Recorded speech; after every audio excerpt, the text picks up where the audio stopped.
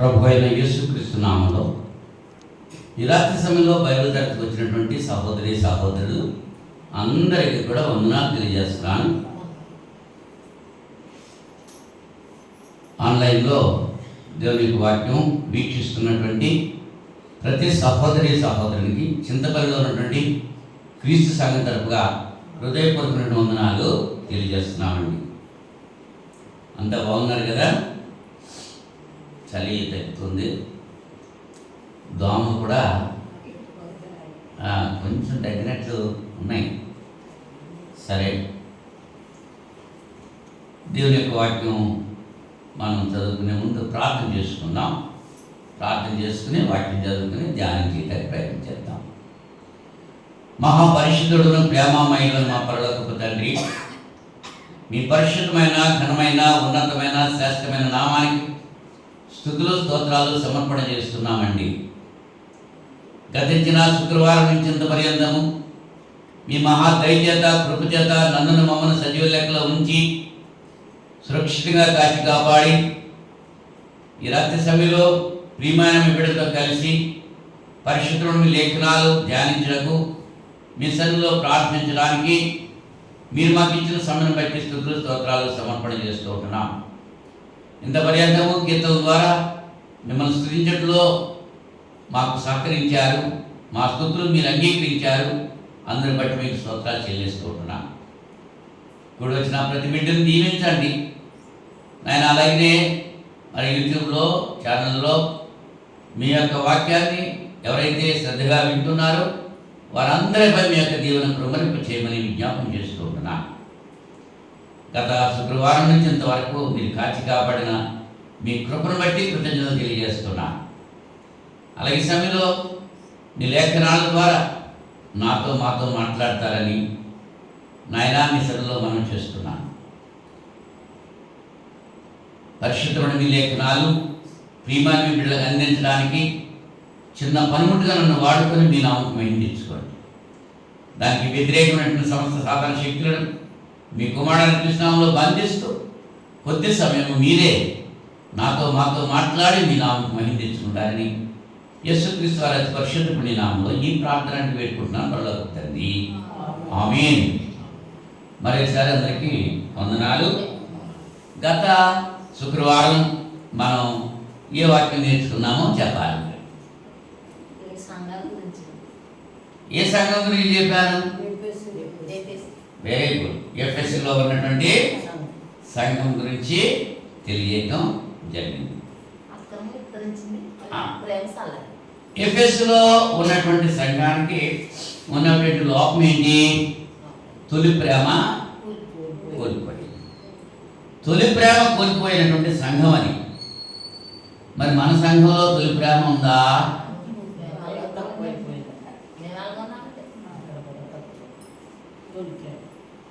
తొలి ప్రేమ కోల్పోయినప్పుడు ఏం చేయాలని చెప్పాడు సారా?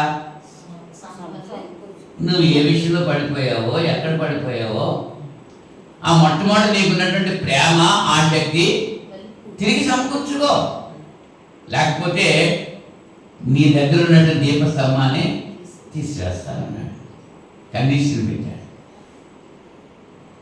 ఈ దినాన్ని మరి యొక్క సంఘం గురించి ఆలోచించే ప్రయత్నం చేద్దాం. ప్రకటన గ్రంథం 2వ అధ్యాయము 8వ వచనం నుంచి 11వ వచనం వరకు చదువుకుందాం. ప్రకటన గ్రంథం 2వ అధ్యాయం 8వ వచనం నుంచి 11వ వచనం వరకు నేను చదువుతున్నాను. దయచేసి మీ గ్రంథాలు తెరిచి పరిశీలించండి. స్మరణలో ఉన్న సంఘపు దూతకు ఇలాగూ రాయును: మొదటి వాడును కడపటి వాడునయ్యుండి మృతుడై మరలా బ్రతికిన వాడు చెప్పు సంగతులు ఏవనగా, నీ శ్రమను దరిద్రతను నేను ఎరుగుదును. అయినను నీవు ధనవంతుడివే. తాము యూదులమని చెప్పుకొనుచు యూదులు కాక సాతాను సమాజపు వారి వలన నీకు కలుగు దూషణ నేను ఎరుగుదును. నీవు పొందవో శ్రమలకు భయపడకుము. ఇదిగో మీరు శోధింపబడినట్లు అపవాది మీలో కొందరిని చెరలో వేయింపబోతున్నాడు. 10 దినములు శ్రమ కలుగును. మరణం వరకు నమ్మకంగా ఉండము. నేను నీకు జీవ కిరీటం ఇచ్చేదను. సంఘములతో ఆత్మ చెప్పుతున్న మాట చెవిగలవాడు వినుగాక. జయించువాడు రెండవ మరణం వలన ఈ హానియు చెందడు. స్మరణలో ఉన్నటువంటి సంఘపు దూతకు తెలియజేసినటువంటి మాటలు ఈ రాత్రి సమయంలో మనం ఆలోచన చేయడానికి ప్రయత్నం చేస్తున్నాం. ఈ సంఘము దరిద్రులే కానీ ధనవంతులు. ఈ సంఘం యొక్క స్పెషాలిటీ ఏంటంటే వాళ్ళు దరిద్రులే కానీ ధనవంతులు. లోకంలో ధనవంతులు ఉన్నారు, పేదవాళ్ళు ఉన్నారు, నిద్రపోయేవాళ్ళు ఉన్నారు, మెలుగు కలిగి ఉన్నారు ఉంటారు. వాళ్ళు వీళ్ళు కూడా ఉంటారు. పేదరికం ఉన్నా ధనవంతులుగా ఉంటారు కొంతమంది, ధనవంతులుగా ఉన్నా పేదవాళ్ళుగా ఉంటారు. అన్నీ ఉంటాయి, సమస్తం ఉంటాయి. ఏమి లేదు మాకంటారు. ఏమి లేకపోయినా సరే మాకు అన్నీ ఉన్నాయి అంటారు కొంతమంది. అవునా? 1వ అధ్యాయం 18వ వచనంలో నేను మొదటివాడను కడపటివాడను, జీవించేవాడను మృతుడనైతే కానీ ఇదిగో యుగ యుగమును సజీవుడనై ఉన్నాను. మరణము యొక్కయు పాతాళ లోకము యొక్క తాళము చెవులు నా స్వాధీనంలో ఉన్నవి అన్నాడు. యేసుక్రీస్తు మొదటివాడు, కడపటివాడు. 7 సంఘాల్లో సమస్యలు లేనటువంటి సంఘం ఇది ఒకటే. స్మరణ సంఘంలో సమస్యలు ఏమి లేవు. ఇంత వాడు డబ్బులే కాదు, డబ్బులుంటేనే సమస్య. డబ్బులు లేకపోతే సమస్య ఉండదు. డబ్బులుంటే ఇచ్చినా తంటే, ఇవ్వకపోయినా తంటే. అమ్మా అన్ని సమస్యలే. ఏమి లేవనుకోండి అసలు సమస్య ఉండవు. 9వ వచనం అంటున్నాడు ఈయన, నీ శ్రమను దరిద్రతను నేను ఎరుగుదును, అయినను నీవు ధనవంతుడివే. స్మరణలో ఉన్న సంఘంతో మరి ప్రభువారు చెప్పేటువంటి మాట, నువ్వు ఏమీ లేకపోయినా నువ్వు దరిద్రుడివే, అయినప్పటికీ ధనవంతుడివే.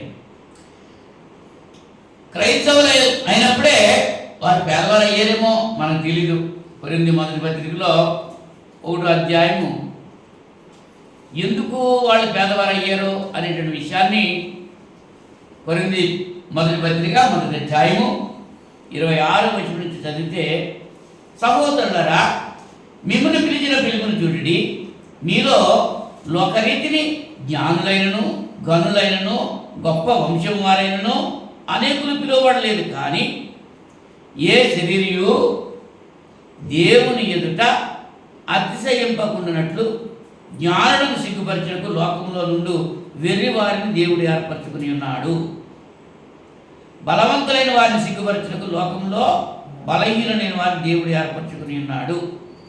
ఎన్నికైన వారిని వ్యర్థం చేయుటకు లోకంలో నీచులైన వారిని, తృణీకరింపబడిన వారిని, ఎన్నిక లేని వారిని దేవుడు ఏర్పరచుకుని ఉన్నాడు. అయితే ఆయన మూలముగా మీరు క్రీస్తు యేసునందు ఉన్నారు. దేవుడు ఎలా ఏర్పాటు చేస్తున్నాడు? జ్ఞానులైన గనులైన గొప్ప వంశం వారైనా అనేకులు పిలువబడలేదు.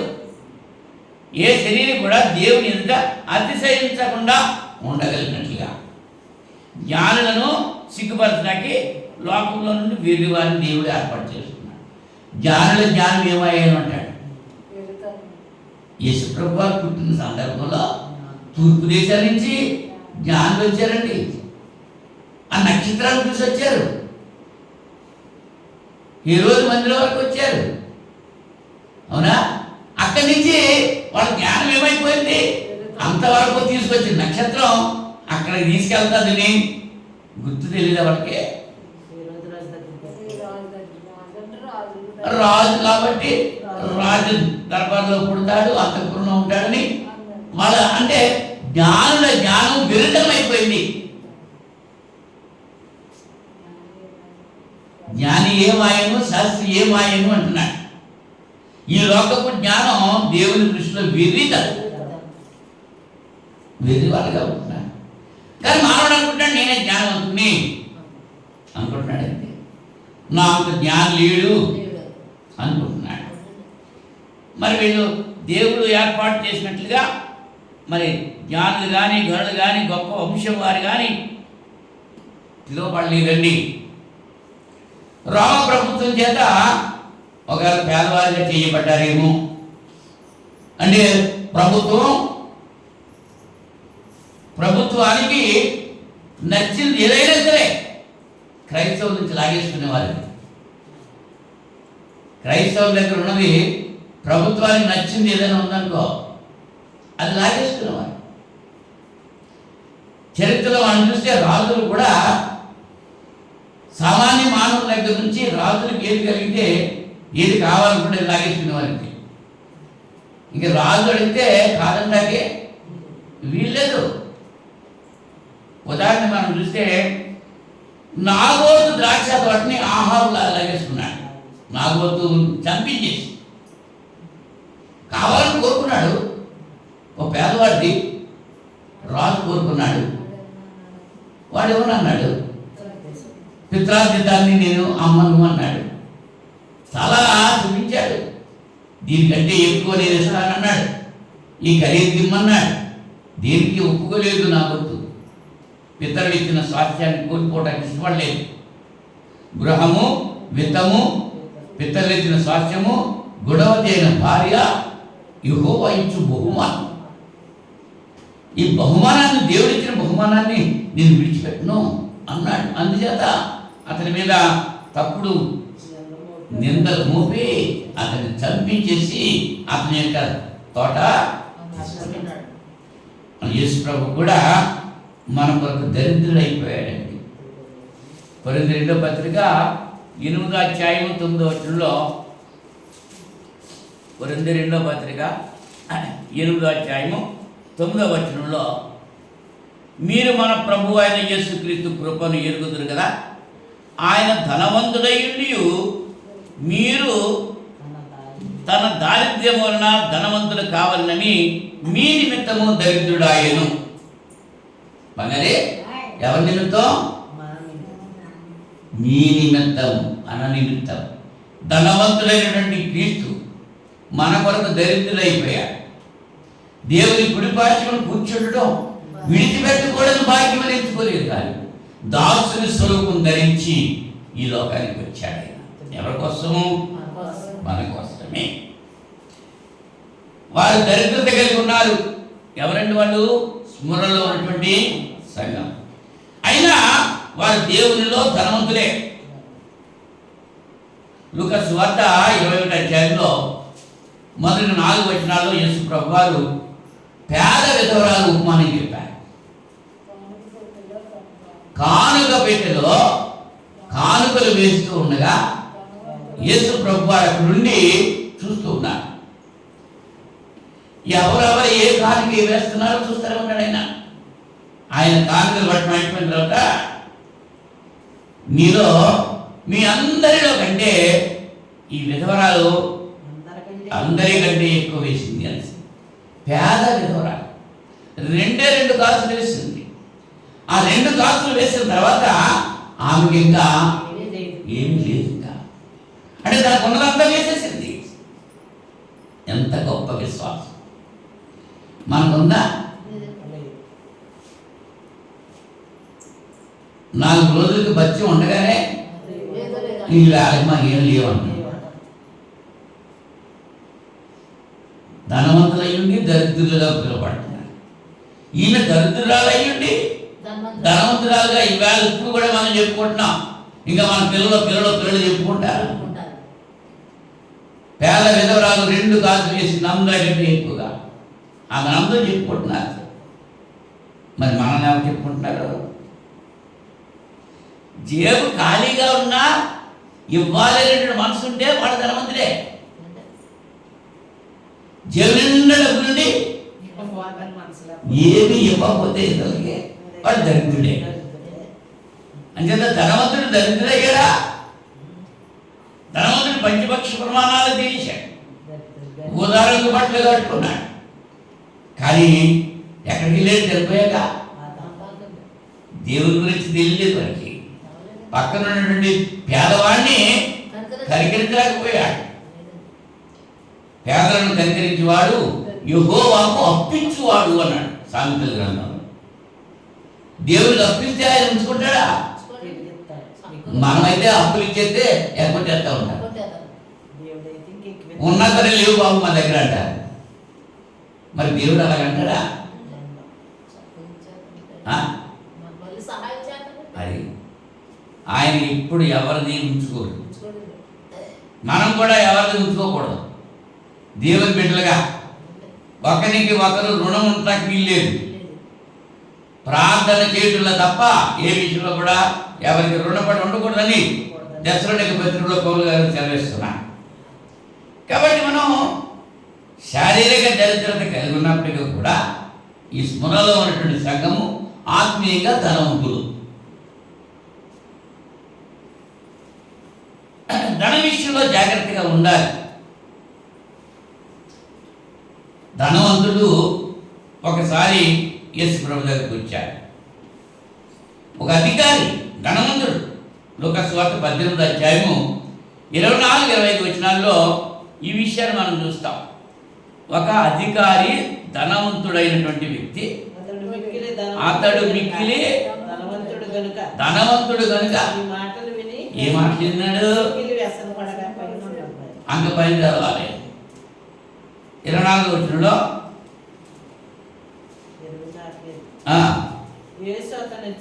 అతని ఆస్తి గలవారు దేవుని రాజ్యంలో ఎంతో ధనం. ఎంత కష్టపడి సంపాదించారండి. దాన్ని ఏమో విడిచిపెట్టేయమంటండి. అలాగా ఎవరు విడిచిపెడతారు? ఏమ్మా ప్రొద్దున నుంచి సాయంకాలం వరకు కూలి పని చేసావు. నీకు డబ్బులు వెళ్ళిపోమంటే ఊరుకుంటావా అంటాం కదా. మరి డబ్బులు ఎవరు విడిచిపెట్టేస్తారు? ఎవరికి చేరు డబ్బులు అంటేనే నాకు అక్కర్లేదు ఏమంటారా? ధనవంతుడు నిత్య జీవం పొందాలని వచ్చాడు. యేసు ప్రభు దగ్గరికి అడుగుతున్నాడు. నిత్య జీవం పొందాలని ఏం చెయ్యాలి? ధర్మశాస్త్ర ప్రకారంగా నేను నడుస్తున్నాను, బాల్యం నుంచి అలాగే నడుస్తున్నాను. యేసు ప్రభు చెప్పారు, అయితే నీకు ఉంటే పొద్దుగా ఉంది అబ్బాయి, నీ ధనం అమ్మేసి పేదలకి నువ్వు వచ్చినా వెంబడించు. ఆయన వెంబడించడం చాలా కష్టం. ఇటు డబ్బు విడిచిపెట్టినంత కష్టమో ఆయన వెంబడించడం అంత కష్టం. అంటే ధనవంతుడు దేవుని రాజ్యంలో ప్రవేశించడం కంటే ఒంటే సూర్య విద్యలో ప్రవేశించడం తీరిక. ఇప్పుడు డబ్బులు ఉన్నంత మాత్రాన మందులు కొనుక్కోవచ్చు, కానీ ఆరోగ్యం కొనుక్కోగలమా? ఎన్ని రోజు బట్టి నొప్పుగా ఉందో ఆరోగ్యం ఇచ్చేది ఎవడో? దేవుడే. డబ్బుతో పెద్ద మంచం కొనుక్కోవచ్చు, కానీ నిద్ర కొనుక్కుంటామా? ఏమ్మా, ఇంకా డబ్బుతో విలాసవంతమైన జీవితాన్ని జీవించవచ్చు, కానీ మనశ్శాంతి ఉందా? కొనుక్కుండా దొరుకుతుందా? చింతలు మనశ్శాంతి ఎక్కడ దొరుకుతుంది చెప్పు? కేజీల దగ్గర అమ్ముతున్నారా? ఎవరి వాళ్ళని? పేదరికం ఉన్నా పరలోకి వెళ్ళవచ్చు, కానీ ధనం పరలోకానికి ఆటంగా. ధనవంతులు దేవుని రాజ్యంలో ప్రవేశించడం అంటే ధనం వద్దా? కావాలి. కష్టపడి సంపాదించాలి, చెమటొచ్చి సంపాదించాలి. ఏ దేవతలో దేవుడు ఆనందనే చెప్పాడు, నువ్వు చెమట వచ్చి భూమిని చేర్చి. అవునా? అందుకని ఆడిని ఎత్తుకొచ్చేసి వీడికి మోసం కొట్టి ఆడికి ఇవ్వాల్సింది తగ్గొట్టేసి ఎవడు బతిమాలు ఇచ్చాడా నీకు? నువ్వు వెళ్ళి బతిమాలతో ఇచ్చాడు. ఊరినే ఇచ్చేస్తారు ఎవరన్నా? మరి తీసుకున్నప్పుడు ఇవ్వాలా అక్కర్లేదా? అలాగే సంపాదించిన సంపాదన. అటువంటి ధనవంతులు దరిద్రుల్లో లెక్క వస్తున్నారు అన్నమాట. పేదరికం ఉన్నా పరలోకం వెళ్ళవచ్చు, కానీ ధనవంతుడు ఇప్పుడు లాజరు ఉపమానం మనం చూస్తున్నాం లూకాసు 16 అధ్యాయంలో. ధనవంతుడు ఉన్నాడు, పేదవాడు ఉన్నాడు. లాజరు ఇద్దరిలో పరలోకమైనది ఎవరో, నిత్య జీవం పొందింది ఎవరో? ఈ లోకంలో పేదవాడు, ఆ లోకంలో ధనవంతుడు. ఈ లోకంలో ధనవంతుడు, ఆ లోకంలో పేదవాడు. ఇల్లు కట్టుకున్నాం, పెళ్లి చేసుకున్నాం, ఇల్లు రాదు నీకు కూడా, నీ పెళ్ళము రాదు, బంధువులు రాదు, తల్లిదండ్రులు రాదు, ఎవరు నీతో. నువ్వు ఒంటరిగా వచ్చావు, ఒంటరిగానే వెళ్ళాలి. ఈ లోకంలోనే ఈ బంధాలు వీళ్ళంతా కూడా. అంచేత ఈ బంధాలన్నీ కూడా విముక్తి చెందాలి రండి. ఈశ్వరుడు అన్నారు, ఎవడైనా నన్ను వెంబడింప కోరితే తన సిలువ తాను ఎత్తుకోవాలి. అంత మాత్రం కాదు, నాకంటే ఎక్కువగా దేని ప్రేమించిన వాడు నావాడు.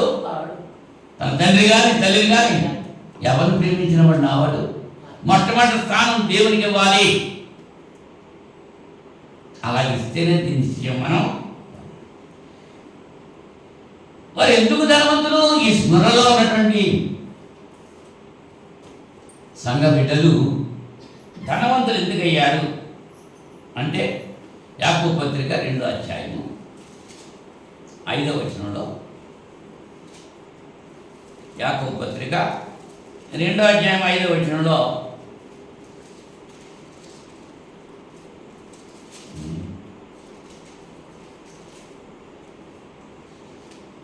రెండు 15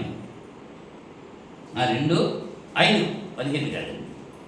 నా ప్రియ సహోదరులారా ఆలకించుడి, ఈ లోక విషయంలో దరిద్రులైన వారిని విశ్వాసమందు భాగ్యవంతులుగాను, తన్ను ప్రేమించే వారికి తాను వాగ్దానం చేసిన రాజ్యమునకు వారసులుగాను ఉండటకు దేవుడు ఏర్పరచుకొనలేదా? ఈ లోక విషయంలో దరిద్రులైన వారిని విశ్వాసమందు భాగ్యవంతులుగా దేవుడు ఏర్పాటు చేసుకుంటున్నాడు. ఎందుకంటే వాళ్ళు రక్షింపబడ్డారు. రోమపత్రిక 3వ అధ్యాయము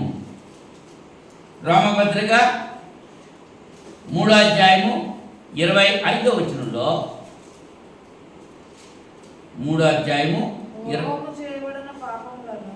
పూర్వము క్రీస్తు యేసు రక్తమందలి పూర్వము చేయబడిన పాపములను దేవుడు తన ఓరిమి వలన ఉపేక్షించినందున ఆయన తన నీతిని కనపరచవలనని క్రీస్తు యేసు రక్తమందలి విశ్వాసం ద్వారా ఆయనను కరుణాధారముగా బయలుపరిచెను.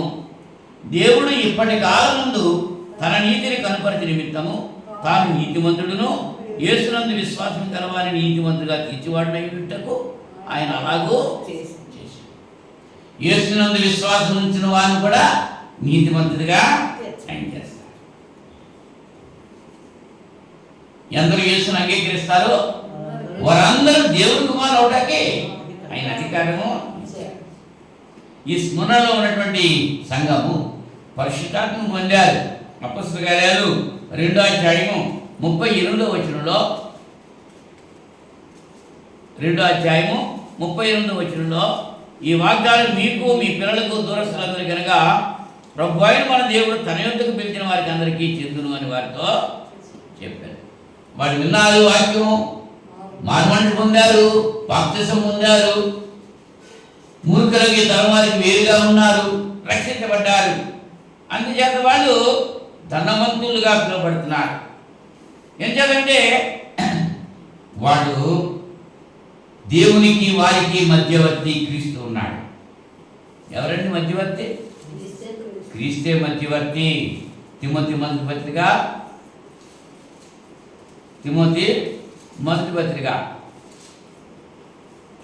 2వ అధ్యాయము 5వ వచనంలో, దేవుడు అక్కడే, దేవునికి నరులకును మధ్యవర్తి ఒక్కడే, ఆయన క్రీస్తు యేసు అను నరుడు.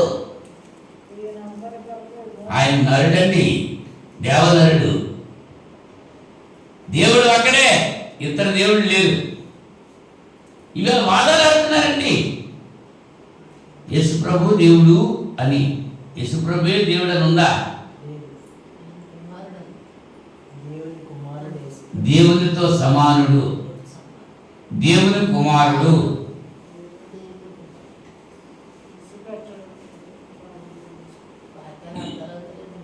అవునా?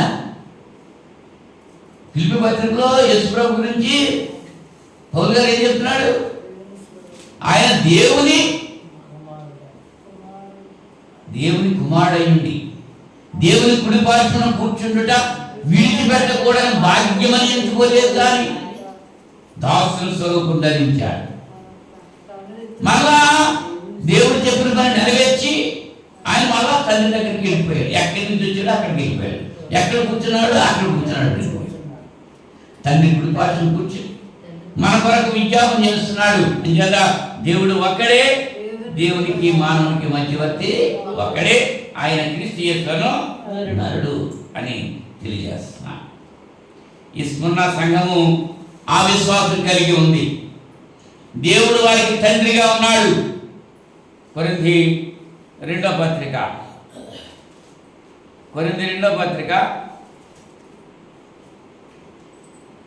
మొదటి అధ్యాయం 3వ వచనంలో కనికరము చూపు తండ్రి, సమస్తమైన ఆదరణను అనుగ్రహించు దేవుడు, మన ప్రభువు అయిన యేసుక్రీస్తు తండ్రి. అబ్బా, ఎంత స్పష్టంగా ఉంది వాక్యం. మన ప్రభువు అయిన యేసుక్రీస్తు తండ్రియునైన దేవుడు స్తుతింపబడును గాక. అంటే దేవుని తండ్రి. దేవుడు ఎవరికి తండ్రి? క్రీస్తుకు తండ్రి. క్రీస్తు మనకెవరు? మనకి ప్రభువు. మన ప్రభువు అయిన యేసు క్రీస్తు తండ్రియునైన దేవుడు స్తుతింపబడును గాక అన్నాడు. దేవుడే వారికి తండ్రిగా ఉన్నాడు. ఎవరైతే ఆయన విశ్వాసం ఉంచుతున్నారో ఆయన పిల్లలుగా చేస్తున్నాడు. అంటే పిల్లలారా భయపడుతున్నాడు. అవునండి. ఈ స్మరణలో ఉన్నటువంటి సంఘం గురించి దేవునికి ఏం తెలిసింది? ఏం తెలుసుకున్నాడు? ఎలా తెలుసుకున్నాడు? ఆయన ఎలా తెలుసు? హెబ్రీ పత్రిక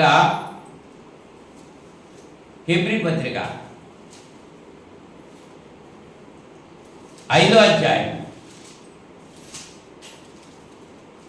హెబ్రీ పత్రిక 5వ అధ్యాయం 8వ వచనం, ఆయన కుమారుడయ్యుండియు తాను పొందిన శ్రమల వలన విధేయతను నేర్చుకున్నాడు. ఈ స్మరణలో ఉన్నటువంటి సంఘం గురించి మరి దేవుడు చెప్పేటువంటి మాట, నీ శ్రమను నేను ఎరుగుదును అన్నాడు. మన శ్రమ దేవుడికి తెలవదా? ఇజ్రాయేలు చంపడటం దేవుడికి తెలిసిందా లేదా? శ్రమలో వారు మొర పెట్టారు. అవునా? వారి మొర దేవుడు. మరి మనం కూడా శ్రమలో ఏం చేయాలి? దేవుడిని విడిచిపారిపోవాలా? మరి వాళ్ళు అంతమంది అలా చేయట్లేదు. ఎన్ని శ్రమలు వచ్చినా దేవుని విడిచిపెట్టకూడదు. హెబ్రీ పత్రికలో 4వ అధ్యాయము 15వ వచనంలో, మన ప్రధాన యాజకుడు మన బలహీనతలందు మనతో సహానుభవం లేనివాడు కాడు, కానీ సమస్త విషయంలోనూ మన వలనే శోధింపబడినను ఆయన పాపము లేనివాడుగా ఉండెను. మన ప్రధాన యాజకుడు ఎవరు? యేసు ప్రభు. ఆయన మనకు వలే శోధించబడ్డాడా లేదా? ఆయన మన వలే శ్రమపడ్డాడా లేదా? ఆయన మన వలే దూషింపబడ్డాడా లేదా? ఎంతమంది దూషించారండి ఆయన్ని? మేలు అనుభవించిన వాళ్ళే దూషించారు ఆయన్ని. ఈవేళ మన జీవితాలు కూడా అలా జరుగుతున్నాయి. మేలు పొందినటువంటి వారు మేలు చేసిన వారిని చెబుతున్నారు, చేసిన మేలు మర్చిపోతున్నారు, కృతజ్ఞత లేదు. అటువంటి సమాజం ఇప్పుడు ఉంది, అప్పుడు ఉంది. ఉందా లేదా? అంచేత అంటున్నాడు ఆయన, నీ శ్రమయు దరిద్రతను నేను ఎరుగుదును. 2వ అధ్యాయం 9వ వచనంలో చదువుతున్నాను. నీ శ్రమను దరిద్రతను నేను ఎరుగుదును, అయినను నీవు ధనవంతుడివే. నీ శ్రమ ఉన్నా, నువ్వెంత దరిద్రంతో ఉన్నా నువ్వు ధనవంతుడివే. సువార్త ప్రకటనకు వెళ్ళిన సందర్భంలో మారుమూల గ్రామంలో సువార్తికుని పిలిచి ఒక పేద విధవరాలు ఒక ముంతలో గెంజి పట్టుకొచ్చి ఇచ్చింది సువార్తికుని. ఇంకా గ్రామంలో ఎవరు ఏమీ ఇవ్వలేదు. సువార్త చెప్పుకుంటూ వెళ్తున్నాడు. ఈ వృద్ధురాలు, ఈ దరిద్రురాలు సువార్తను చూసి, అయ్యా నా ఇంట్లోకి రండి, నా గుడిసెలోకి రండి, నేను ఆతిథ్యం ఇస్తాను, స్వీకరించండి అని చెప్పి కూర్చోబెడితే ముందులో గెంజి వేసి ఇచ్చిందంట. ఆ సేవకుడు అంతా అమృతంలాగా తీసుకున్నాడు దాన్ని. ఆతిథ్యం చేయ మర్చిపోవద్దు అన్నాడు. కొందరు ఎలుకకి ఆతిథ్యం ఇచ్చారు. అబ్రాహాము, శారా ఎలుకకి ఆతిథ్యం ఇచ్చారు, పొందారు మీరు. ఇవాళ మనం ఆతిథ్యం ఇస్తున్నామా? దేవునికి ఆతిథ్యం ఎవరికిస్తే చెప్తుంది అమ్మా. అబ్బా, ఆయన దగ్గర ఏం తీసుకోవాలో మనం చూస్తాం, కానీ మనకేమి ఇస్తాడో అని చూస్తున్నాడు తప్ప ఆయనకి మనమేమి ఇద్దాం? ఎంతసేపు మన పని తీసుకుంటున్నా కదా. ఇవ్వటం అన్నది, తీసుకుంటాం అన్నది మా పెద్ద దగ్గర నుంచి ఉందంట. ఇవ్వటం మాత్రం లేదు. అదే కోపకి చెందుంటున్నాం. నేను క్రైస్తవులు అనుకోండి, దేవుని పనికి ఏమిస్తున్నారు, దేవుని పని ఏం చేస్తున్నారు? డబ్బు కోసం కాదు, దేవుని కొరకు ఎంత సమయం ఇచ్చావు? 24 గంటల సమయంలో దేవునిలో ప్రార్థన ఎంతసేపు చేస్తున్నావు? నువ్వు వాక్యం ఎంతసేపు చదువుకుంటున్నావు? పగలంతా పనులు, రాత్రంతా నిద్ర, ప్రార్థన వస్తే నిద్ర, ఇంట్లో ఉంటే మిగులువా. పొయ్యిగంట కూడా నిద్రపోతారు కొంతమంది, అవునా? పొయ్యి నిద్రపోతా. ఏ పోతాడ? ఎవరినన్నాడు? దేవుని సేవకుడిని ఒక అన్యుడు అన్నాడు నిద్రపోతాడు. సేవకులు ఎలా ఉన్నారో చూడండి, విశ్వాసాలు ఎలా ఉన్నారు. నిద్ర అంటే దరిద్రం. నిద్ర మత్తు చింపిన గుడ్డలు ధరింపు చేస్తుందంట.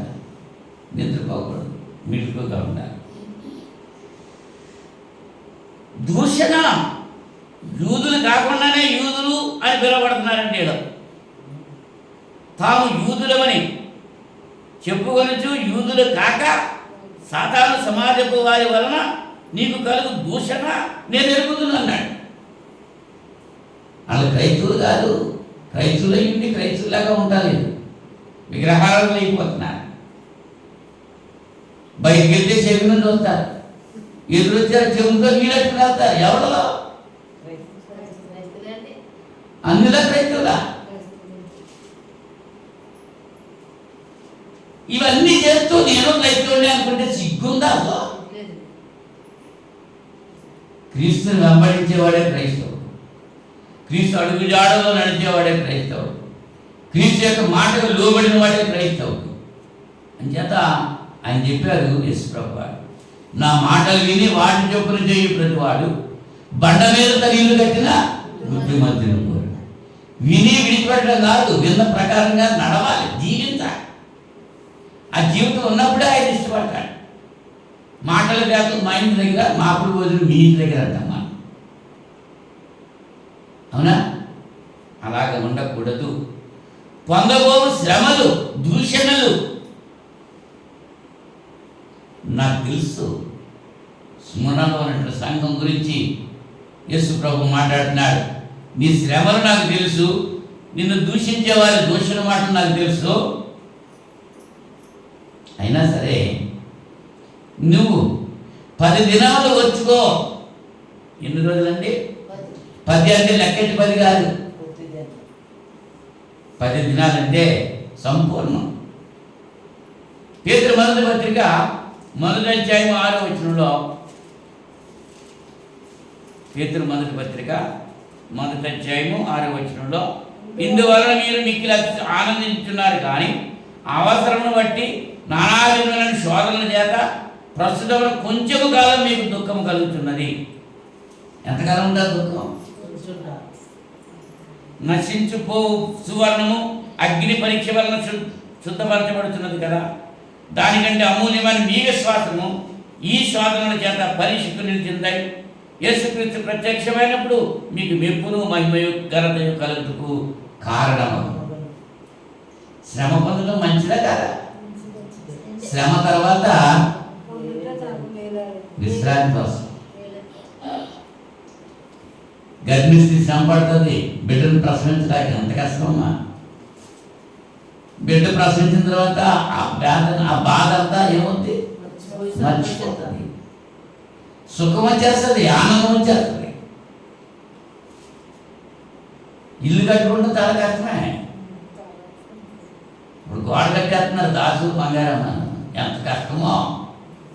పొద్దున్నెల్లి సాయంకాలం వరకు పని చేస్తూనే ఉన్నారు. కట్టడం పూర్తి అయిపోయిన తర్వాత హ్యాపీ.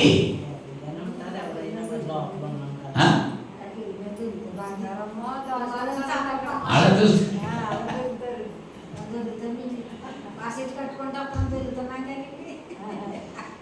కష్టపడ్డది. ఇప్పుడు మన భోజనం రోడ్డు వేస్తున్నారు. రోడ్డు వేయకముందు ఎలా ఉంటుంది? గోతులు గొప్పలుగా ఉంది. ఇప్పుడు దాన్ని ఏం చేశారు? ప్రొక్లైన్ చేత చదువు చేయించేశారు. బాగా చదువు చేశారా? కష్టపడ్డారా? ఇప్పుడు తర్వాత దాన్ని మనం తాగిపోస్తారు. అంటే ఈ మంచి మనం పొందడానికి ముందేమో ఏం జరగాలి? అది శ్రమలు వస్తే చాలు సహించలేవు. నీ వరకు ప్రభువు ఎంత శ్రమ పొందాడు.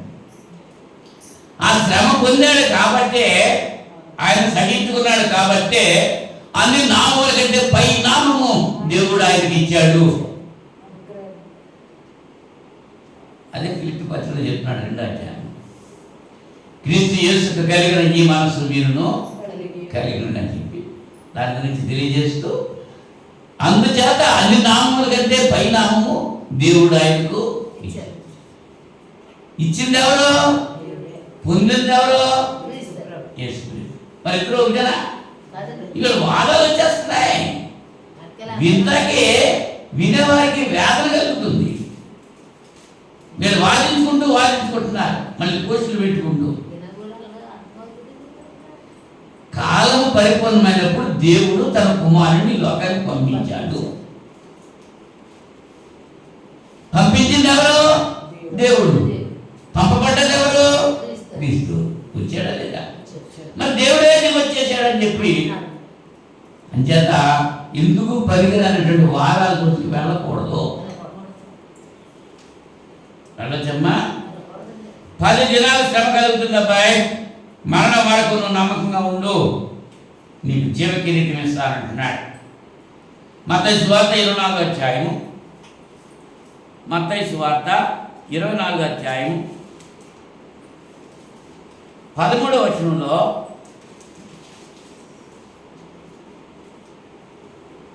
అంతము వరకు సహించిన వాడెవడో వాడే రక్షింపబడు. ఇంకా పైనుంచి మనం చూస్తే 10వ వచనంలో 9వ వచనం, అప్పుడు జనులు మిమ్మల్ని శ్రమల పాలు చేసి చంపెదరు, మీరు నా నామము నిమిత్తము సకల జనముల చేత ద్వేషింపబడుదురు. అనేకులు అభ్యంతరపడి ఒకరినొకడు అప్పగించి ఒకరినొకడు ద్వేషించుదురు.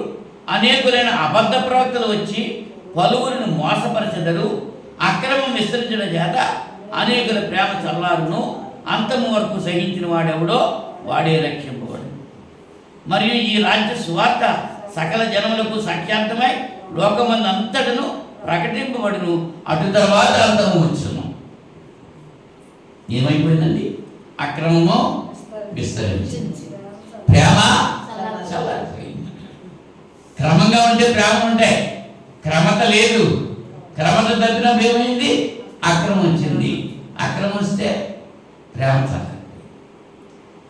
ఈ శ్రమలు ఈ స్మరణలో ఉన్నటువంటి సంఘానికి దేవుడు సెలవించేటువంటి మాట 10 దినాలు. నువ్వు దరిద్రుడైనా ధనవంతుడివే. నీ శ్రమ ఏమిటో నాకు తెలుసు, నీ బాధ ఏమిటో నాకు తెలుసు, నిన్ను దూషించేవారి దూషణ మాటలు నాకు తెలుసు. యూదులు కాకుండానే యూదులను చెప్పేటువంటి సమాజం నిన్ను హింసలు పెట్టారు, అవన్నీ కూడా నాకు తెలుసు. 10 దినాలు ఒప్పు పట్టుకో. అవునా? మనల్ని అంతేగాని ఆ శ్రమను తీసేస్తారని అనలేదైనా. శ్రమలు వచ్చినప్పుడు ఓపికగా ఉండు, సహించుకో. పౌలు గారికి ముళ్ళు ఉందంట, అది తీసేయాలని 3 సార్లు అడిగాడంట. యేసు ప్రభు 3 సార్లు అడిగితే ఆయన ఏమన్నాడు తెలుసా? నా కృప నీకు చాలు. అంతేగాని శ్రమ తీసేస్తాను అనలేదు, ఆ ముళ్ళు తీసేస్తాను అనలేదు. పౌలు గారు కూడా ఈ ముళ్ళు తీసే బాబు అన్నారు. ఆ సహించడానికి ఓర్పు సహనం కావాలన్నాడు. మన జీవితాల్లో కూడా వచ్చేటువంటి శ్రమలు సహించుకుంటానికి ఓర్పు ఇవ్వండి, సహనం ఇవ్వండి అని అడగాలి తప్ప ఈ శ్రమను తీసేయండి బాబు అనకూడదు. తీసేస్తారండి ఏమా? ఓర్పు సహనం కలిగి ఉండాలి. యేసు ప్రభు అటువంటి ఓపిక కలిగి ఉన్నాడు, సహనం కలిగి ఉన్నాడు. ఆయన నిందించిన వారిని నిందించలేదు, దూషించే వారిని దూషించలేదు. ప్రతి విషయంలో కూడా దేవునికి అప్పచెప్పుకున్నాడు. అలాగే మనం కూడా మనల్ని హింసించే వారిని, మనల్ని దూషించే వారిని, మన పట్ల అక్రమంగా ప్రవర్తించిన వారిని, వాళ్ళ గురించి మనం ఏమి పట్టించుకోకూడదు. మనం వాళ్ళని విడిచిపెట్టేస్తే దేవుడు వాళ్ళు చూసుకుంటాడు. నిన్ను ముట్టిన వాడు నా కంటి పాపను ముట్టినట్టే అన్నాడు. అబ్రాహాము పిలిచినప్పుడు ఏమన్నాడండి దేవుడు అబ్రాహాముతోటి? 12వ అధ్యాయము, ఆదికాండం 12వ అధ్యాయము. యెహోవా నీవు లేచి నీ దేశం నుండి, నీ బంధువుల యొద్ద నుండి, నీ తండ్రి ఇంటి నుండి బయలుదేరి నేను నీకు చూపించే దేశమునకు వెళ్ళుము. నిన్ను గొప్ప జనముగా చేసిన ఆశీర్వదించి నీ నామం గొప్ప చేతును, నీవు ఆశీర్వాదముగా ఉండువు. నిన్ను ఆశీర్వదించే వారిని ఆశీర్వదించదను, నిన్ను దూషించే వారిని శపించదను. ఇవాళ సేవకులను దూషించేవాడిని దేవుడు శపిస్తాడు. నిన్ను ఆశీర్వదించేవాడిని నేను ఆశీర్వదిస్తాను. నిన్ను ఎవరైతే దూషిస్తున్నారో వారిని నేను శపిస్తాను. దేవుని శాపం పొందడానికే దూషిస్తున్నారు కొంతమంది. వాళ్ళ దోషంలో వారికి ఏం తీసుకొస్తాయి? శాపాలు తీసుకొస్తాయి. ఎవరు దూషించారో వాళ్ళపై శాపాలు వస్తాయి, ఖచ్చితంగా ఉన్నాయి. అంటే మరణం వరకు నమ్మకంగా ఉండు, నీకు జీవకిరీటం ఇస్తానన్నాడు. ఎప్పటి వరకు నమ్మకం? మనమేమో 10 రోజులు యేసు ప్రభువుని నమ్మేసుకున్నాం, బాప్తిజం పొందేశాం, ఒక 2 వారాలు 3 వారాలు యాక్టివ్గా ప్రార్థన వచ్చేసాం, ఇంకా అక్కడి నుంచి సాధించుకు వచ్చేసింది అంతే. నీరసం వచ్చేస్తుంది, ఇంకెలా తెలియదు. అంతవరకే నమ్మకంగా ఉన్నావు, అక్కడి నుంచి కాదు. ఎప్పటి వరకు నమ్మకం ఉండాలి? మరణం వరకు నమ్మకంగా ఉండు. మరణం తప్ప నిన్ను నన్ను ఎడబాయించేది లేదు. ఆ ప్రేమ మనం కలిగి ఉండాలి. దేవుని అంగీకరించాం, దేవుని కుమారుడైన క్రీస్తు నామములో బాప్తిసం పొందాం. ఎన్ని శ్రమలు వచ్చినా విడిచిపెట్టుకోవడానికి వీల్లేదు. శ్రమలు సహించే మనసు నాకు ఇవ్వండి నాయన అని ప్రార్థన చేయాలి తప్ప ఈ శ్రమను నా నుంచి తీసేయి అని అంటే మనం సరిపోము. ఈ శ్రమలు అనుభవించి జయిస్తే వారు పొందేటువంటి దీవెనల గురించి ఏమిటో మనం ఆలోచించేద్దాం. యాకోబు పత్రిక 1వ అధ్యాయము 12వ వచనంలో, యాకోబు పత్రిక 1వ అధ్యాయం 12వ వచనం. శోధన సహించువాడు ధన్యుడు, అతడు శోధనకు నిలిచిన వాడై ప్రభు తన్ను ప్రేమించే వారికి వాగ్దానం చేసిన జీవ కిరీటం పొందును. శోధన సహించుకుంటే ఏమిస్తారు? మనకి జీవ కిరీటం వస్తుంది. సహించుకోవాలి, మరి ఓర్చుకోవాలి. బిడ్డను ప్రసవిస్తుంటే మంత్రసారంలో పక్కన ఉన్న వాళ్ళు ఏమంటారు? అమ్మ కొంచెం ఓర్చుకోమ్మా, కొంచెం ఓర్చుకో అంటారమ్మా. ఏమంటారు?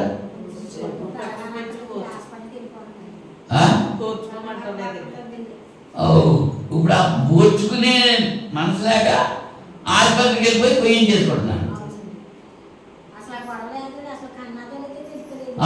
తెలియదు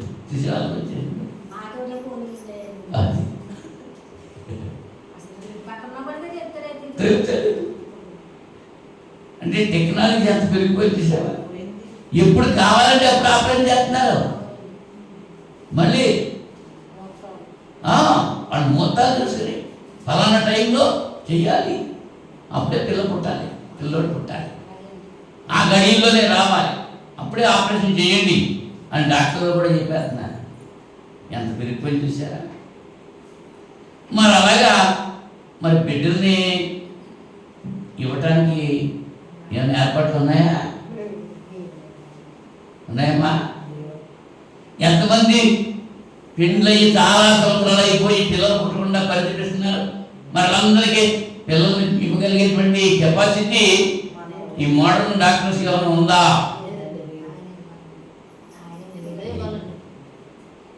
అంటే దేవుడిస్తే దివ్యమైన కంటది అన్నారు.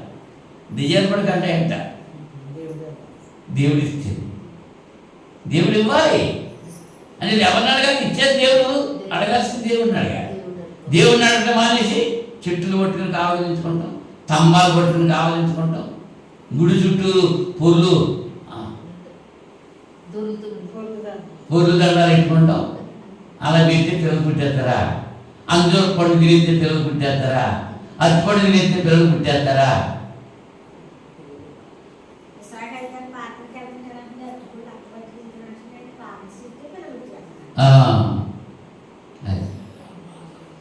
అంచేత అనేకులైన అబద్ధ ప్రవక్తలు బయలుదేరున్నారు. ఈ ఆత్మను నమ్మక, ఈ ఆత్మ దేవుని సంబంధమైందో, ఈ ఆత్మ దేవుని సంబంధం కాదో పరీక్షించి తెలుసుకోండి అని.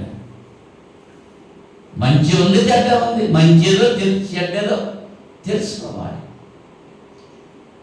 అంచేత వినదకు ఎవరు చెప్పినా వినంతని వేగపడక వివరింపదకు, కానీ కల్లా నిజము తెలిసిన మనుషుడికో నీతిపరుడు మహిళ సుమతి అన్నాడు భక్తులకి శతకంలో.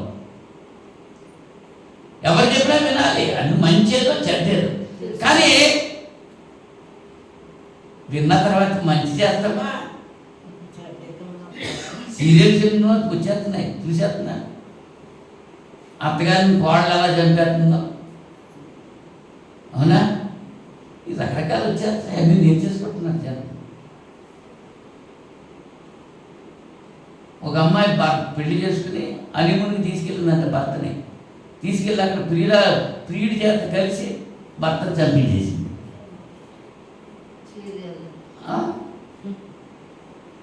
జరిగిందే, అందులో వస్తున్నాయి. అంటే అక్రమం విస్తరించింది, ప్రేమ చల్లారిపోయింది, భ్రష్ట మనస్సు దేవుడు వారికి అప్పగించేశాడు. నిజంగా దేవుణ్ణి ఎరిగి దేవుణ్ణి దేవుడిగా ఆరాధించలేదు కనుక భ్రష్ట మనస్సులు దేవుడు వారిని అప్పగించాడు. ఇక్కడ స్మరణలో ఉన్నటువంటి సంఘానికి జీవ కిరీటం ఇస్తానన్నాడు. ఏం కిరీటం అమ్మా? జీవ కిరీటం. ఇంకా కిరీటాలు ఇంకా ఉన్నాయి, చూద్దామా? పేతురు మొదటి పత్రిక 5వ అధ్యాయము 4వ వచనంలో, పేతురు మొదటి పత్రిక 5వ అధ్యాయము 4వ వచనంలో, 5వ అధ్యాయం 4వ వచనంలో, ప్రధాన కాపరి ప్రత్యక్షమైనప్పుడు మీరు వాడవారిని మహిమ కిరీటం పొందుదురు. ఏ కిరీటం? వెనకటికి మొట్టమొదట ఒలింపిక్ క్రీడలో ప్రారంభమైనప్పుడు ఆ క్రీడల్లో పరిగెత్తే వాళ్ళు ఎవరైతే ముందు పరిగెడతారో, ఎవరైతే ఫస్ట్ వస్తారో వాళ్ళకి ఒలివ ఆకులతో చేయబడినటువంటి కిరీటం పెట్టేవారట. ఈ ఒలివ ఆకులు ఎండిపోతాయా? ఎండిపోవాలి. వాడిపోతాయా? అంత ప్రయాసపడి ఆ పరుగు పందెంలో నెగ్గితే వాడిపోయేటువంటి ఆ కిరీటం వస్తుంది. మరి ఇప్పుడు ఈ శ్రమలో మనం అనుభవించి శ్రమలు సహించుకుని ఓపికతో ఉంటే వాడబారని మహిమ కిరీటం దేవుడు మనకి ఇస్తానంటున్నాడు. ఇంకా కొరింథీ మొదటి పత్రిక 9వ అధ్యాయము 25వ వచనంలో అక్కడ అక్షయ కిరీటము అని ఉంటుంది చూడండి. 9వ అధ్యాయం 25వ వచనంలో, మరియు పందెమందు పోరాడి ప్రతివాడు అన్ని విషయంలో మితముగా ఉండును, వారు క్షయమగు కిరీటము పొందుటకును, మనమైతే అక్షయమగు కిరీటం పొందుటకును మితముగా ఉన్నాము. మరి పందెం రంగంలో పోరాడే వాళ్ళు అన్నింటిలో మితంగా ఉండాలి. తిండి ఎక్కువ తినేయకూడదు, నిద్ర ఎక్కువ పోకూడదు, ఇష్టం వచ్చిందే తినేటానికి వెళ్ళలేదు. వ్యాయామం చేస్తూ ఉండాలి, కష్టపడుతూ ఉండాలి. అలాగా ఆ పందెం రంగంలో నెగ్గాలంటే మరి మనం మన ఎదుట ఉన్నటువంటి పందెం రంగంలో ఓపికతో పరిగెట్టాలి మనం. అప్పుడే అక్షయ కిరీటం మనం పొందుతాం. ఈ స్మరణలో ఉన్నటువంటి సంఘము అక్షయ కిరీటం పొందినటువంటి సంఘంగా మనం చూసుకుంటున్నాం. ఇంకా ఆనంద కిరీటం ఉంది, నీతి కిరీటం ఉంది. తెస్సలోనికీ పత్రిక మొదటి పత్రిక 1వ తెస్సలోనికీ పత్రిక 2వ అధ్యాయము 19వ వచనంలో ఇక్కడ మా నిరీక్షణ అయినను ఆనందమైనను అతిశయ కిరీటమైనను ఏది? అతిశయ కిరీటము మన ప్రభు అయిన యేసు యొక్క రాకడ సమయమున ఆయన ఎదుట మీరే కదా. నా ఆనంద కిరీటం, నా అతిశయ కిరీటం, ఆనందమైనను అతిశయ కిరీటమైనను మీరే. ఇప్పుడు మీరు దేవుల్లో ఎదుగుతూ ఉంటే మీరే నా కిరీటం అని తెస్సలోనికీ సంఘంతో పౌలు గారు చెప్తున్నాడు. తిమోతి 2వ పత్రికలో 4వ అధ్యాయము 8వ వచనంలో, 4వ అధ్యాయము 8వ వచనం, ఇక మీదట నా కొరకు నీతి కిరీటం ఉంచబడి ఉన్నది. ఆ దినమందు నీతి గల న్యాయాధిపతి ప్రభు అది నాకు మాత్రమే కాకుండా తన ప్రత్యక్షతను అపేక్షించే వారికి అందరికీ అనుగ్రహించరు. ఈ కిరీటం ఏంటి? నీతి కిరీటం. ఎన్ని కిరీటాలు చెప్పానమ్మా? జీవ కిరీటం చెప్పాను, మహిమ కిరీటం చెప్పాను, అక్షయ కిరీటం చెప్పాను, ఆనంద కిరీటం చెప్పాను, నీతి కిరీటం చెప్పాను. ఈ కిరీటాలన్నీ పొందాలంటే ఏం చేయాలి? ఇవన్నీ కూడా స్మరణలో ఉన్న సంఘానికి ఆల్రెడీ ఇచ్చేసారండి ఆయన. మరి మనకు ఆ కిరీటాలు కావాలంటే మనం ఏం చేయాలి? స్మరణలో ఉన్నటువంటి సంఘం వల్లే మన జీవితాన్ని మార్చుకోవాలి. వాళ్ళు శ్రమపడ్డారు, సహించుకున్నారు, ఓర్చుకున్నారు. దరిద్రులుగా ఉన్నారు కానీ ధనవంతులుగా పిలువబడ్డారు. వాళ్ళు భౌతికంగా దరిద్రులే కానీ ఆధ్యాత్మికంగా ధనవంతులు. మరి మన స్థితి ఎలా ఉంది? అలనాడు వాళ్ళకి సంభవించి ఈ యుగాంతమందున్న మనకి బుద్ధి కలగటానికి వ్రాయబడ్డవి ఈ లేఖనాలు. ఇవాళ స్మరణలో ఉన్నటువంటి సంఘం గురించి మనం ఎందుకు తెలుసుకుంటున్నాం? ఆ సంఘం వాళ్ళు ఎలా శ్రమ పడ్డారో మనం కూడా అలా శ్రమ సహించుకుంటే వాళ్ళకి వచ్చినటువంటి కిరీటం మనం కూడా దేవుడు ఇస్తాడు. అలాగే చేస్తే ఎంతవరకు నమ్మకంగా ఉండాలి? మరణము వరకు నమ్మకంగా ఉంటే మనకి ఏమిస్తాడు ఆయన? ప్రకటన గ్రంథం 20వ అధ్యాయం 14వ వచనంలో, 20వ అధ్యాయం 14వ వచనంలో, మరణమును మృతుల లోకమును అగ్నిగుండములో పడవేయబడిను. ఈ అగ్నిగుండము రెండవ మరణం. మరణాలన్నీ రెండు. భౌతికంగా మరణించడం ఒకటి, చనిపోయిన తర్వాత ఆత్మ ఇందులో మరణించడం రెండవ మరణం. మరి జననాలన్నీ అవి కూడా రెండే. తల్లి గర్భం రావడం ఒక జన్మ, పాపంలో నుంచి బయటికి వచ్చి బాప్తిస్మం ద్వారా తిరిగి పుట్టడం రెండో జన్మ. మరణాలు రెండు, జననాలు రెండు. అది ఎవరికే? క్రీస్తులో ఉన్నవారికే. క్రీస్తులో లేని వారికి ఉండవండి. రెండో జన్మ లేదు, రెండో మరణం వాళ్ళకే. ఏకంగా నరకంలోకి కూర్చేస్తారండి ఒకసారి అయిపోతుంది. 21వ అధ్యాయం 8వ వచనంలో కూడా ప్రకటన గ్రంథం ఎవరైతే అగ్నిగుండంలో పాలు పొందుతారో వాళ్ళు లిస్ట్ ఇచ్చాడు ఇక్కడ. ఎవరంటే వాళ్ళు? పిరికివారు, అవిశ్వాసులు, అసభ్యులు, నరహంతకులు, వ్యభిచారులు, మాంత్రికులు, విగ్రహారాధికులు, అబద్ధికులు, అందరూ కూడా. ఎంతమంది వచ్చారు? 8 రకాలైన వ్యక్తులు వచ్చారు. వీళ్ళందరూ కూడా ఎక్కడ పడతారంట? అగ్నిగంధకములతో మండు గుండంలో పాలు పొందుతారు. ఇది రెండవ మరణం. ఈ అమ్మండు లిస్టులో మనం ఉన్నామేమో చూసుకోవాలి. 8 మంది లిస్ట్ ఇచ్చారు అక్కడ. ఎవరండి వాళ్ళు? పిరికివారు, అవిశ్వాసులు, అసభ్యులు, నరహంతకులు, వ్యభిచారులు, మాంత్రికులు, విగ్రహారాధికులు, అబద్ధికులు. వీళ్ళంతా కూడా అగ్నిగుండంలో పడవేయబడతారు. మరి ఇక్కడ స్మరణలో ఉన్నటువంటి సంఘము ఆత్మీయంగా ధనవంతులుగా ఉన్నాడు. భౌతికంగా వాళ్ళు దరిద్రులే, ఆత్మీయంగా వాళ్ళు ధనవంతులు. మన పరిస్థితి ఎలా ఉంది? ఆత్మీయంగాను దరిద్రమే, భౌతికంగాను దరిద్రమే. ఉన్నాయా? ఆత్మలో కపటం లేకుండా ఉంటే, హృదయ శుద్ధి గల వారు ధన్యులు, వారు దేవుని చూస్తారు. ఎప్పటి వరకు నమ్మకంగా ఉండాలి? కొంతకాలం నమ్మకం ఉంటే సరిపోదు. మరణ పర్యంతము నమ్మకం ఉండాలి. పెళ్లిలో చెప్తా ఉంటాము ప్రణాళిక, మరణము తప్ప ఏది నిన్ను నన్ను అలా ప్రమాణాలు చేసేస్తున్నారు. అక్కడ బయటకు వచ్చిన తర్వాత తూనా బొడ్డు అనుకుంటున్నారు. దాంట్లో ప్రేమించేసి పెళ్ళిళ్ళు చేసేసుకుంటున్నారు. పెళ్ళిళ్ళు అయిపోయిన వరకు గొడవలు వచ్చేస్తున్నాయి. ఇది అమ్మా నాన్న అక్కర్లేదు, నువ్వు వాళ్ళు చేయకపోతే నేను చచ్చిపోతాను. అలాగ ప్రేమించి చేసుకున్న పిల్లలు ఏమైపోతున్నారు ఇప్పుడు? ఎన్ని జీవితాలు నాశనం అయిపోతున్నాయి. దానికి కారణం ఏంటి? దేవుని ఎడల భయం లేదు,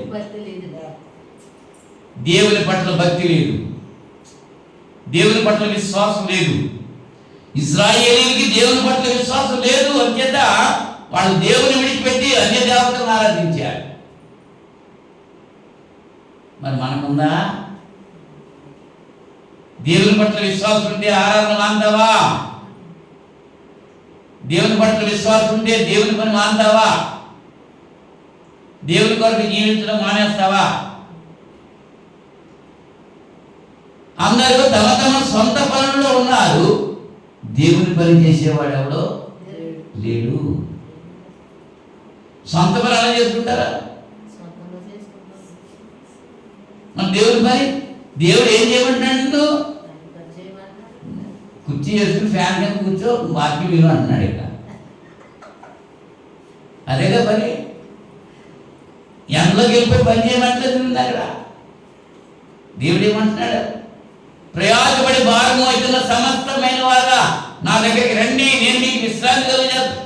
అంటే విశ్రాంతి ఇస్తానన్న దగ్గర ప్రాణ బాధేసి చెప్పులతో కొట్టి వాళ్ళ దగ్గరికి వెళ్తున్నారు. కొట్టించుకుంటాయి అని ఎవడో యూట్యూబ్లో వస్తూ ఉంటాడు, గోసిగుడ్డు పెట్టుకుంటాడు. ఆడ దగ్గరికి వెళ్ళి అక్కడ తల్లించుకుంటున్నారు.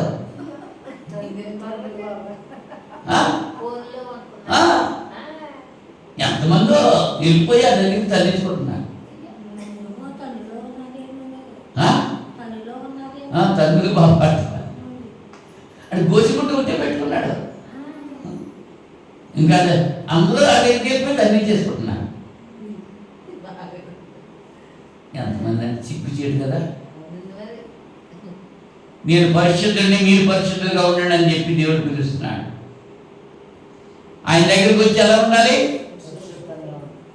పైన పరిశుద్ధం కాదు, శరీరం కాదు, సిద్ధం. హృదయం శుద్ధి గలవాడు. హృదయ శుద్ధి గలవారు ధన్యులు వారు దేవుని. మన హృదయంలో కపటం ఉండకూడదు. మార్కు సువార్త 7:27 ఎన్ని వస్తున్నాయి? అందులో నుంచి 21 వచ్చేస్తున్నాయి హృదయంలో నుంచి. హృదయము మోసకరమైనది, అది ఘోరమైన వ్యాధి కలదు. ఇర్మియా గారు అలా చెప్తున్నాడు. అది పెద్ద వ్యాధి అంటది. పెద్ద జబ్బు వచ్చేసిందంటారు చూడండి. పెద్ద వ్యాధి అంటే అది ఘోరమైన వ్యాధి కలిగి. ఆ వ్యాధి నుంచి తప్పించుకోవడానికి మందు ఉంది. ఏంటా మందు?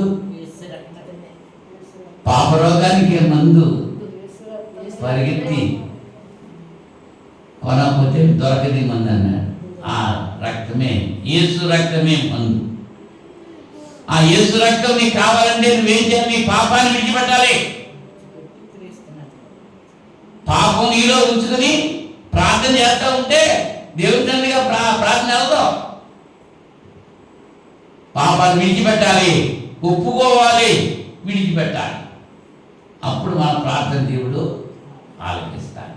ఇంకేదంటే యెషయా గారు చెప్తున్నారు, రండి మన వివాదం తీర్చుకుందాం, మీ పాపాలు ఎర్రని రక్తం వలె ఉన్న తెల్లగా నేను చేస్తాను.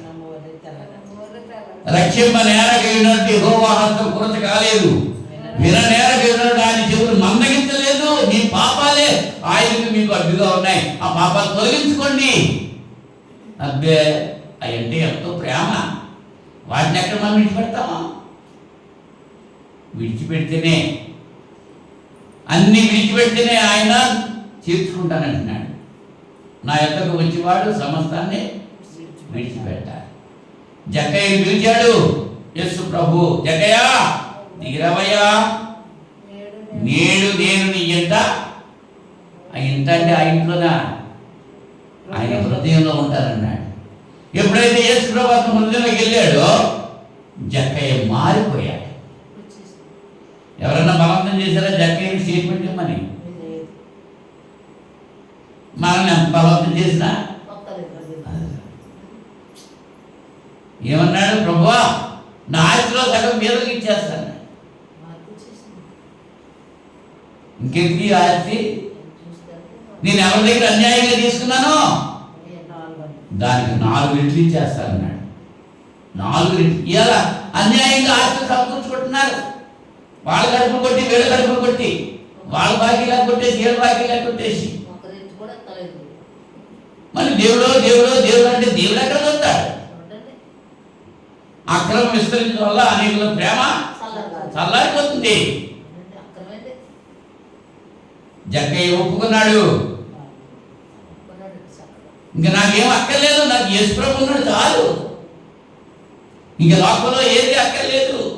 పౌలు గారు అంటున్నాడు, నాకు ఏవేవి నాకు లాభకరమో వాటిని పెంటగా ఎంచుకున్నానంటున్నాడు. ఏవేవి లాభకరంలో మనమేమనుకుంటాం? లోకంలో అంతా కావాలి, ఉన్నా సరిపోదు మనకి. ఒకటి సర్వలోకాన్ని సంపాదించి తన ప్రాణాన్ని పోగొట్టుకుంటే వాడికి ఏం లాభం? ప్రాణం కొరకే కదా ఇది. ఆస్తిని సమకూర్చుకుంటున్నావు, అన్యాయంగా కష్టపడి సంపాదించి ఉద్దక్కలేదు.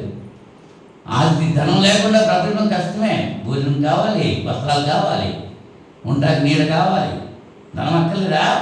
కావాలి. కానీ దాన్ని న్యాయబద్ధంగా సంపాదించి, అన్యాయంగా సంపాదిస్తే అన్యాయార్జిత విత్తం రోగరూపేణ నాశన అన్నాడు.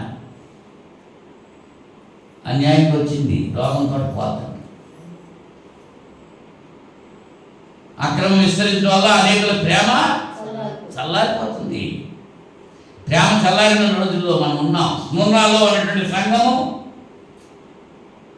దరిద్రత కలిగి ఉన్నప్పటికీ, శ్రమ పొందినప్పటికీ ప్రభువును విడిచిపెట్టలేదండి. ఆయన ఎరగను అనలేదు, ఆయనతో పాటే ఉంది. మరి మనం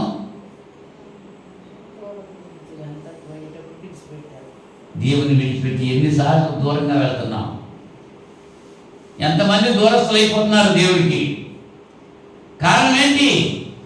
దేవుని మీద విశ్వాసము లేకపోవడం, దేవుని గురించి సరైనటువంటి జ్ఞానం లేక, దేవుడు సర్వశక్తిమంతుడని, సర్వోన్నతుడని, సర్వాంతర్యామిని, సర్వజ్ఞాని అనేటువంటి ఆలోచన లేదు. చేతగానోళ్ళు అనుకుంటున్నారు, అందుకని దెయ్యాల దగ్గరికి వెళ్తున్నారా లేదా? ఘనమైన దేవుడు, ఘనుడు, మహాఘనుడు, మహోన్నతుడు, అవునా? అటువంటి ఆ దేవాది దేవుని విడిచిపెట్టేసి ఎందుకు పనికిరానటువంటి కన్నులుండి చూడలేవు, చెవులుండి వినలేవు, నోరుండి మాట్లాడలేవు, కాళ్ళుండి కదలలేవు, చేతులుండి పని చేయలేవు అంటే మూల విగ్రహాలు పట్టుకుని వేలాడుతున్నారు. వీరు కూడా అటువంటి వాడే. ఈ రాత్రి సమయంలో మన స్థితి ఎలా ఉంది? స్మరణలో ఉన్నటువంటి సంఘం దరిద్రత కలిగి ఉన్నా ఓర్చుకున్నది, సహించుకున్నది. 10 దినాలు శ్రమ వస్తుంది, ఓర్చుకుంటే మరణం వరకు సహించుకున్నది. అందుచేత జీవం, నిత్య జీవము. అటువలే మనం కూడా ఉండాలని ఆశ కలిగి మనం జీవించి దేవుని మాటకు లోబడి జీవిస్తూ దేవుని యొక్క దీవెనను మనం పొందాలని ప్రేమతో తెలియజేస్తూ ముగిస్తూ ఉంటున్నాను. ప్రార్థన చేస్తున్నాం. మహోన్నతుడా, పరిశుద్ధుడా, మీకు స్తోత్రం తండ్రి. ఈ రాత్రి సమయంలో మీరు మాకు ఇచ్చిన వర్తమానాన్ని బట్టి స్తుతులు స్తోత్రాలు సమర్పణ చేసుకుంటున్నాం. స్మరణలో ఉన్నటువంటి సంఘము దరిద్రులే కానీ ధనవంతులని అనేక ఉదాహరణలతో వారి గురించి మేము ఈ రాత్రి సమయంలో నేర్చుకుంటానికి మీరు ఇచ్చిన కృపను బట్టి కృతజ్ఞతలు తెలియజేస్తున్నాం. మరణం వరకు నమ్మకంగా ఉంటే జీవకేంటి ఇస్తారని వాగ్దానం చేశారు మీరు. అలాగే స్మరణలో ఉన్న సంఘానికి మాత్రమే కాదు, చింతపల్లిలో ఉన్న క్రీస్తు సంఘానికి కూడా మీరు వాగ్దానం చేశారు. అందుని బట్టి మీకు స్తుతులు స్తోత్రాలు సమర్పణ చేస్తున్నాం. సంఘం అంతటి కొరకు ప్రార్థన చేస్తున్నాం. సంఘంలో ఉన్న ప్రతి బిడ్డ కొరకు విజ్ఞాపన చేస్తున్నాం. వాక్యం వింటున్న ప్రతి బిడ్డ కొరకు ప్రార్థన చేస్తున్నాం. ప్రతి బిడ్డ వాక్యం విని వాక్యానికి లోబడి నైనా మిమ్మల్ని ఎరిగి జీవించడం, మీ కుమారుడైన క్రీస్తు యొక్క మనస్సు కలిగి జీవించడం అందరికీ నేర్పిస్తారని ప్రార్థన చేస్తున్నాం.